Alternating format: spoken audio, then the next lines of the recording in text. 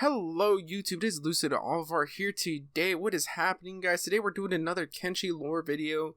Today, it is gonna be on the man, the myth, the legend, Cat-Lon and his second empire and his story. So, if you guys do enjoy the video, make sure to leave a like and subscribe. But without further ado, let's get into this video. So, to start off Cat-Lon's story, his story are tied really close to his second empire. So, we're going to talk about Cat-Lon and his second empire a lot in this video. So, first, let's start off with the first empire fall and its rebellion that caused it to fall. So, to give you pretty much the oversimplified version, or the undersimplified version actually, is that what ended up happening was there's these things called behemoths. They were so big, there were these big skeletons that could throw things into orbit from the ground, and they were used in wars. And the humans at the time thought, hey, if this got into the bad hands, we can be into a lot of bad shit. And the thing about the behemoths is they had undying loyalty to the humans, and they would have done anything they said without any question. So, pretty much, what ended up happening, the humans decided, hey, we're going to destroy these. And pretty much that pissed off the skeletons, because the skeletons had the one thing that you do not give an AI. Free thought. So they had pretty much all this free will, all this free thought to do, and they realized, hey, if they do that to the behemoths, they're going to do this to us. So they got a little bit of that McCarthyism in them.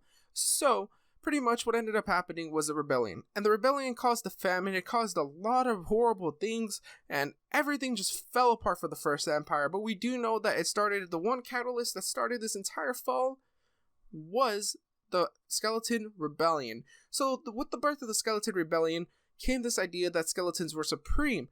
Although we do not know if Cat-Lon sincerely believed it at the start of the Second Empire, we do know that he ended up falling deeper into this thought that skeletons were the supreme beings and that they were better than humans, which, is all up to everybody's terms. You can look at Kenshi as the perfect thing of what happens when humans can't control their aggression and pretty much create things that end up destroying them. So, Kenshi does have a pretty nice story on that. But we're not here talking about that. We're talking about pretty much Cat-Lon's deep dive into this idea. So pretty much during the kind of in-between years of the First Empire and the Second Empire, he met this guy called Tin Fist. And I think him and Tin Fist ended up becoming really good buddies because he became his second in command when the Second Empire came to life. So pretty much Tin Fist and him had thought of this idea that, hey, let's rebuild the First Empire, but let's call it the Second Empire, and let's try to make it better than the First Empire. We're going to try our best to become better and be better than what the First Empire was.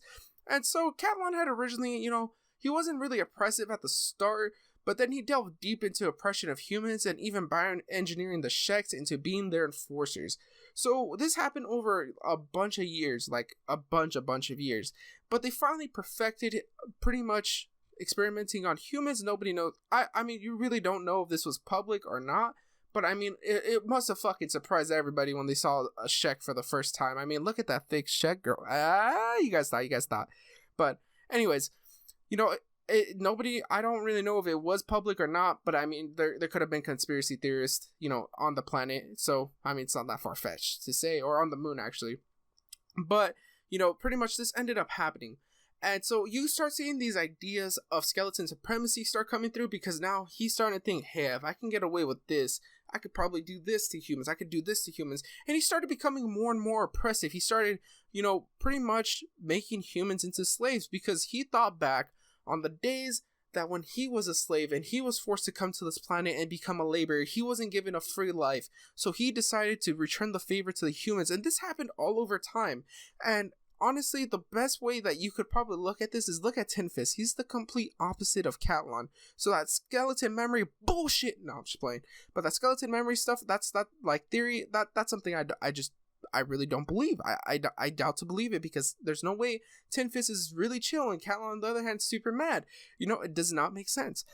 But he started getting all these deep ideas, and with the Okranites and the rise of Okran, the religion that the Holy Nation follows, this started happening. A lot of people started turning to, pretty much the basic religion as their only outsource. And you could see this all over history.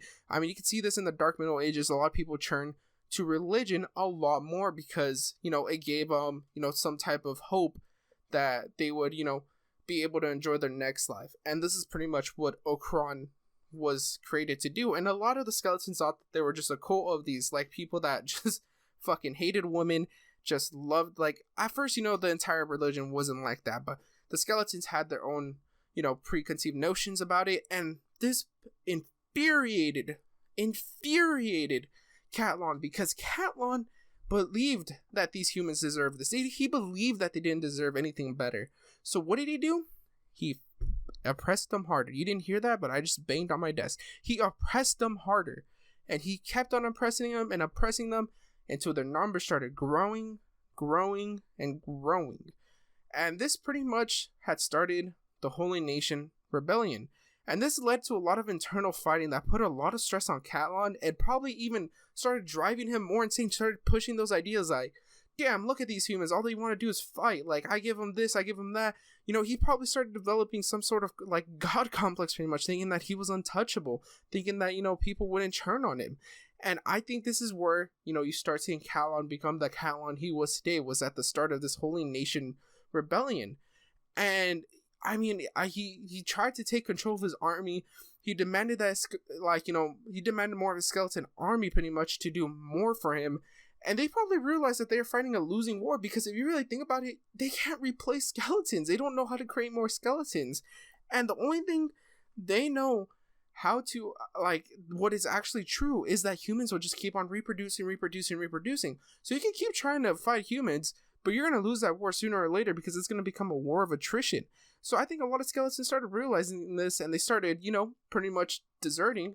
And like any dictator in history, this will show you that Cat-Lon, losing power, seized their freedom by making them into thralls, which is pretty much slaves. He took out their AI core and made them into pretty much slaves.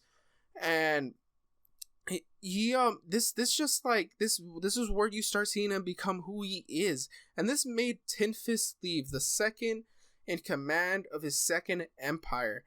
And this is where the Shek started to rebel. The HN, the Holy Nation as a whole, became a nation, and the United Cities was founded a couple years after the collapse of the Second Empire. This is pretty much the whole entire deconstruction of the Second Empire.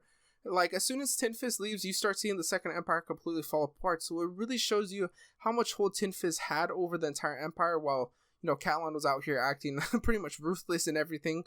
And, I mean, if you really think about it, this probably put a lot more stress on Cat-Lon, and it probably made him hate humans more, because guess what Tin Fist did? He stabbed him in the back.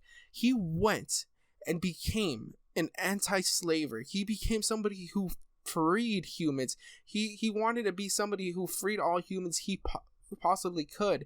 And why do you think he's set up so close to Ashlands? Because he knows he's the only one that could put up a fight against Cat-Lon. The only one that could put up a fight against Cat-Lon is him. And so that's why he stays there. You don't just set up there for no damn reason. I mean, he could have set up anywhere he wanted, but he set up there.